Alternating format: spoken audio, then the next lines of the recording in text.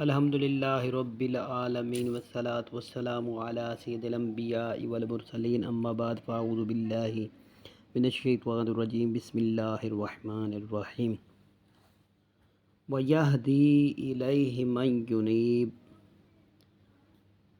اور اپنی طرف راہ دیتا ہے اسے جو رجوع لائے۔ اللہ تعالیٰ فرماتا ہے کہ وَيَهْدِي، اور ہدایت دیتا ہے إِلَيْهِ مَن يُنِيبُ، اسے جو میری طرف رجوع لایا۔ اور فرماتا ہے تبصرۃ و ذکریٰ لکل عبد منیب، کہ سوجھ اور سمجھ ہر رجوع والے بندے کے لیے۔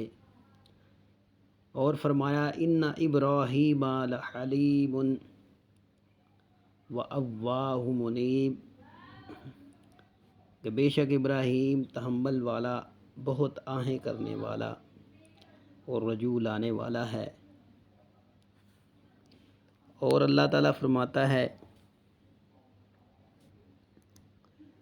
وَاتَّبِعْ سَبِیلَ مَنْ أَنَابَ إِلَیَّ، اور اس کی راہ چل جو میری طرف رجوع لایا۔ ان فی ذالک لآیات لکل عبد منیب، بے شک اس میں نشانی ہے ہر رجوع لانے والے کے لیے۔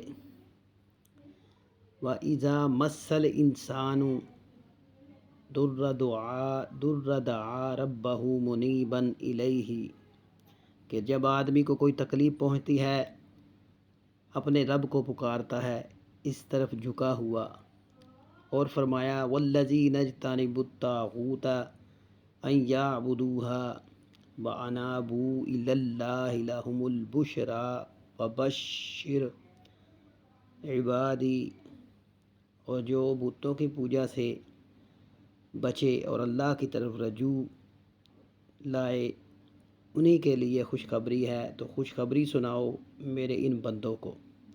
اور فرمایا وَمَا يَتَذَكَّرُ إِلَّا مَن يُنِیبُ، کہ وہی ہے تمہیں اپنی نشانیاں دکھاتا اور تمہارے لیے آسمان سے روزی اتارتا، اور نصیحت نہیں مانتا مگر جو رجوع لائے۔ وَتَبْصِرَةٌ وَذِکْرَىٰ لِکُلِّ عَبْدٍ مُنِیبٍ، سوجھ اور سمجھ ہر رجوع والے بندے کے لیے۔ من خشی الرحمن بالغیب وجاء بقلب منیب، جو رحمان سے بے دیکھے ڈرے اور رجوع کرتا ہوا دل لائے۔ ان ابراہیم لحلیم اواہ منیب، بے شک ابراہیم تحمل والا، بہت آہیں کرنے والا، رجوع لانے والا ہے۔ یہ کافی آیات ہیں جن میں منیب لفظ آیا ہے۔ یہ اس کا مطلب اصل میں رجوع، میلان، رغبت کا بنتا ہے کہ اللہ تعالیٰ فرماتا ہے کہ وَيَهْدِي إِلَيْهِ مَن يُنِیبُ، ہم ہدایت اسے دیتے ہیں جو ہماری طرف رجوع لایا۔ اور یہی چیز ہم بار بار روزانہ 5 دفعہ نماز میں کم از کم 10 سے 20 اور 20 سے 30 سے 40 سال عمر کے اخیر تک یہ دعا ہر نماز میں ہم مانگتے رہتے ہیں کہ یا اللہ ہمیں سیدھا راستے کی ہدایت دے، یا اللہ ہمیں سیدھے راستے کی ہدایت دے۔ اور اسی ضمن میں یہاں ہدایت کا مطلب یہ علماء نے بیان فرمایا ہے کہ جس طرح کہ سورہ اعراف میں آتا ہے کہ انا ہدنا الیک، کہ ہم تیری طرف رجوع کرتے ہیں۔ اگر یہ معنی کیا جائے اہدنا الصراط المستقیم کا کہ ہمیں سیدھا راستہ دکھا، حالانکہ ہم 20 سے 40 سال سے اخیر عمر تک یہی دعا مانگتے رہتے ہیں، کیا ہمیں سیدھا راستہ نہیں پتہ لگا ابھی تک؟ یہاں کیا مراد ہے اللہ تعالیٰ کی، کہ یہاں اہدنا الصراط المستقیم سے کیا مراد لیا جائے؟ علماء اس بارے میں فرماتے ہیں کہ ہمیں سیدھے راستے سے مراد راستہ دکھا معارف کا، مشاہدے کا، اپنی پہچان کا، اپنی قربت کا اور اپنی طرف رجوع کا، اور جیسا کہ یہ آیت میں آیا ہے اِنَّا ہُدْنَا اِلَيْكَ کہ ہم تیری طرف رجوع کرتے ہیں۔ اگر ہدنا یہاں مراد لیا جائے تو اہدنا کا مطلب بنتا ہے کہ ہمارا رجوع اپنی طرف رکھ، ہمارا رجوع اپنی طرف رکھ، یا ہمارا رجوع مستقیم رستے کی طرف رکھ۔ اور یہ بار بار کیوں کہا گیا ہے، اس پہ ذرا غور کرنے کی ضرورت ہے۔ تو یہاں علماء نے ایک تفسیر تو یوں بیان کی ہے کہ ہمارا رجوع اپنی طرف رکھ، اِنَّا ہُدْنَا اِلَيْكَ کہ ہمارا رجوع اپنی طرف رکھ۔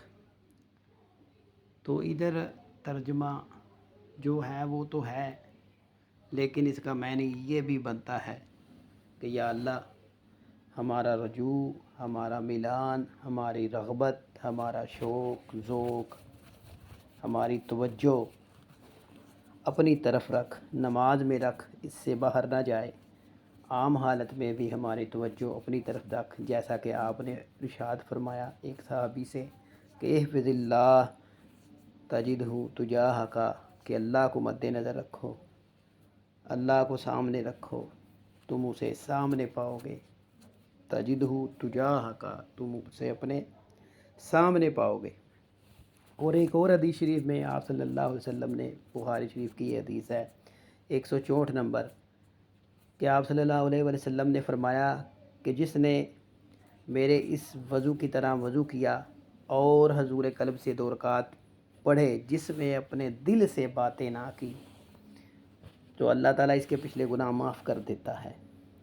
یہاں بھی لفظ لا یحدث فیہما نفسہ آیا ہے کہ جس نے بات نہ کی اپنے دل کے ساتھ، اپنے نفس کے ساتھ، اور وہ اپنے خیالوں میں نہ بہا، نہ لگا، تو وہ جب نماز سے فارغ ہوگا تو اللہ تعالیٰ اس کے پچھلے سارے گناہ معاف فرما دیں گے۔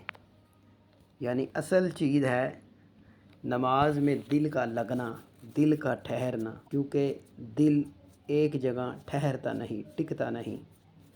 تو لہٰذا ہمیں یہ دعا کرنی چاہیے کہ اللہ تعالیٰ جیسا کہ اہدنا الصراط المستقیم کی تفسیر میں فرمایا گیا ہے کہ ہمیں ثابت قدم رکھ، ہمیں استقامت عطا فرما۔ اس کا یہ بھی مطلب بنتا ہے اپنے دین پر، اپنی راہ مستقیم پر، جو کہ انبیاء کرام کی راہ ہے، جو اولیاء اللہ کی راہ ہے، اس پہ ثابت قدم رکھ اور اس پہ استقامت عطا فرما۔ راقبے کے ساتھ، اپنی معرفت و پہچان کے ساتھ، اپنے ذکر کے، فکر کے، اپنی طرف توجہ کی یکسوئیت کے ہمارا رجوع، ہمارا میلان اپنی طرف رکھ، ہمیں ثابت قدم رکھ، کیونکہ جب خیال غیر آتا ہے تو دل غیر کی طرف متوجہ ہو جاتا ہے، جس کی وجہ سے ہم اکثر نماز میں بھول بھی جاتے ہیں۔ لہٰذا اس پہ غور کرنا چاہیے، اور انشاءاللہ اگلی ویڈیو میں اس کا بقیہ حصہ ہم بیان فرمائیں گے۔